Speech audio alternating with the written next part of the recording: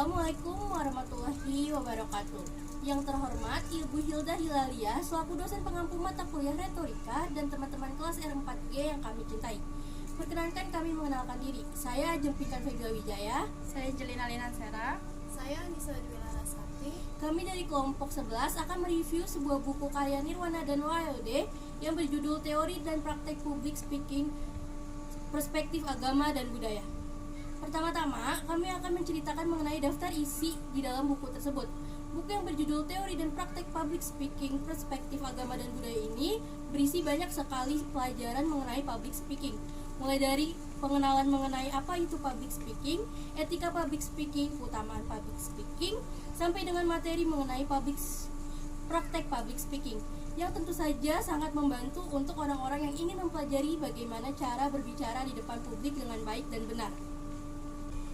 Pada bab awal buku ini dijelaskan mengenai public speaking yang merupakan pola komunikasi lisan seperti presentasi, ceramah, pidato, atau jenis bicara di depan umum lainnya untuk menyampaikan sebuah ide, gagasan, pikiran, dan perasaan secara runtut, sistematis dan logis dengan tujuan memberikan sebuah informasi, memengaruhi, bahkan menghibur para audiens.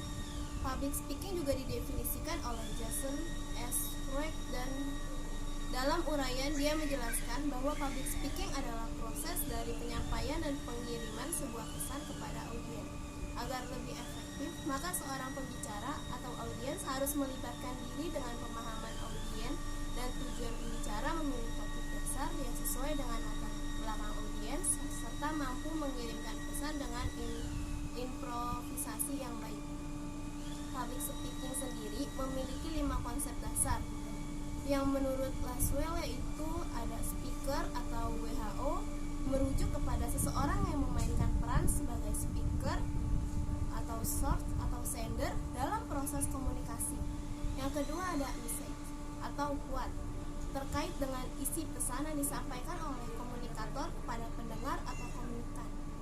Terus yang ketiga ada medium atau channel. Elemen ini adalah elemen penentu sampainya sebuah informasi atau pesan kepada komunikan. Selanjutnya ada audience atau worm. Siapa yang menerima pesan dari yang disampaikan? Sama halnya dengan komunikator. Worm juga bisa merujuk kepada perorang atau kelompok. Yang terakhir ada efek atau result. Dalam penyampaian pesan atau informasi pasti ada tujuan dan hasil yang ingin dicapai, inilah yang disebut elemen efek dalam kajian komunikasi. Hal yang selanjutnya tertulis di buku ini yaitu piramida etika dalam public speaking. Piramida etika adalah hal yang tidak terhindarkan dalam proses hubungan masyarakat. Untuk struktur piramida etika tersebut memiliki 3 konsep dasar yaitu niat, sarana, dan tujuan. Kita membahas tentang niat yang menurut Tilley hal pertama yang harus dipertimbangkan ketika akan melakukan sesuatu adalah masalah niat. Untuk menjadi pembicara atau mendengar yang etis, penting untuk memulai dengan niat yang baik.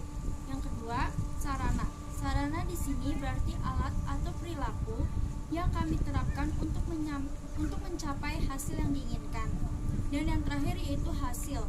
Bagian terakhir dari piramida etika adalah tujuan untuk hasil yang ingin Anda capai. Lalu selanjutnya yang dibahas dalam buku ini adalah etika public speaking. Seorang public speaker harus mempertimbangkan standar etika dalam komunikasi ketika menyiapkan sebuah konsep. Bagaimana aturan berbicara di depan orang banyak, siapa pendengarnya, bagaimana topiknya adalah hal-hal yang menjadi pertimbangan utama dalam standar etika komunikasi publik.